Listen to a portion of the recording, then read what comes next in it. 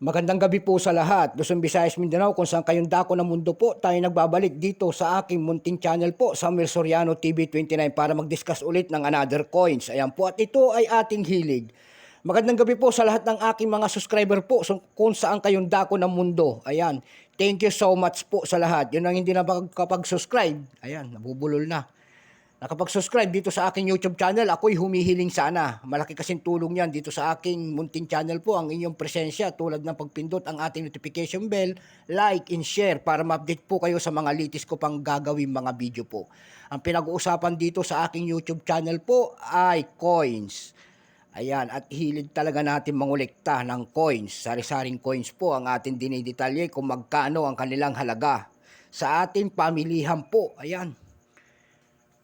Magandang gabi po, dyan lang sa aking special shoutout ko lang yung aking mother, dyan po sa Dumpay, Basista, Pangasinan po. Ayan, masantos na labid si kayo namin. Dyan po sa parting Isabela po, ayan, mga Ilocano po, Naimbag, Ngarabiiyo, amin.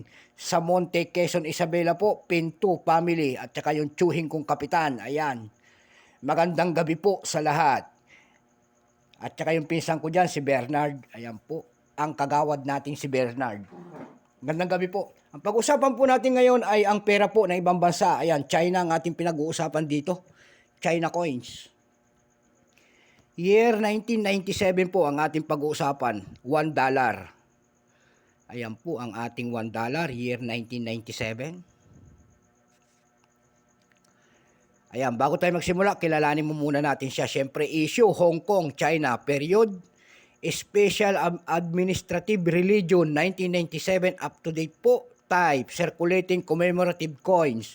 Years, 1997, value $1, currency dollar, 1863, up to date po. Composition po nito ay copper nickel. May bigat po itong 7.1 grams, may haba po itong 25.5 mm, may kapal po naman itong 1.9 mm lamang.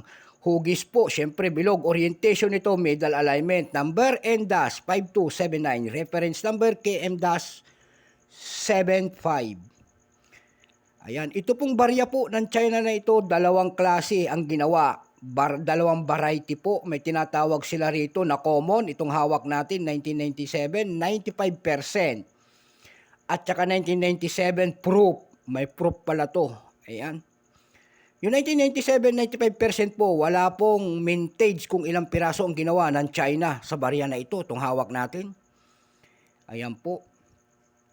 Pero may price na doon sa ating numista.com po, binigyan na ng presyo. Yung kanyang very fine, 60 pesos. Yung extra fine, 68 pesos. Yung uncirculated nito ay nagkakahalaga po ng 95 pesos only.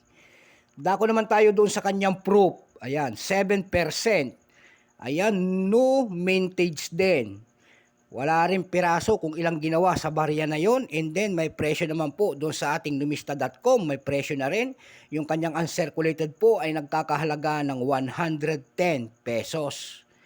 Dako naman tayo sa pamantayan doon sa kanilang mga platform kung magkano na ang kanilang mga halaga. Doon sa ebay.com po nito may nagbebenta na po ng 110.78 pesos. Mayroon na rin tayo nakita doon na nagkakahalaga ng 283.47 pesos. May nakita tayong malaki doon na nagbebenta nito ng 511.28 pesos. Sa Carousel PH naman po, dito lang sa ating Pilipinas po na platform, may nakita na tayo nagbebenta nito ng 388 pesos. Mayroon din pinakamaliit doon po na nakita ko na 65 pesos per piece. Ayan. Yan lang po ang aking maibabahagi sa presyo ng aking coins na ito. Ayan. So magandang gabi po sa lahat ng senior citizen po kung saan kayong dako ng mundo po. And then lahat ng aking mga subscriber po, uulitin ko ulit. Thank you so much. God bless po sa lahat. Hanggang dito na lamang po.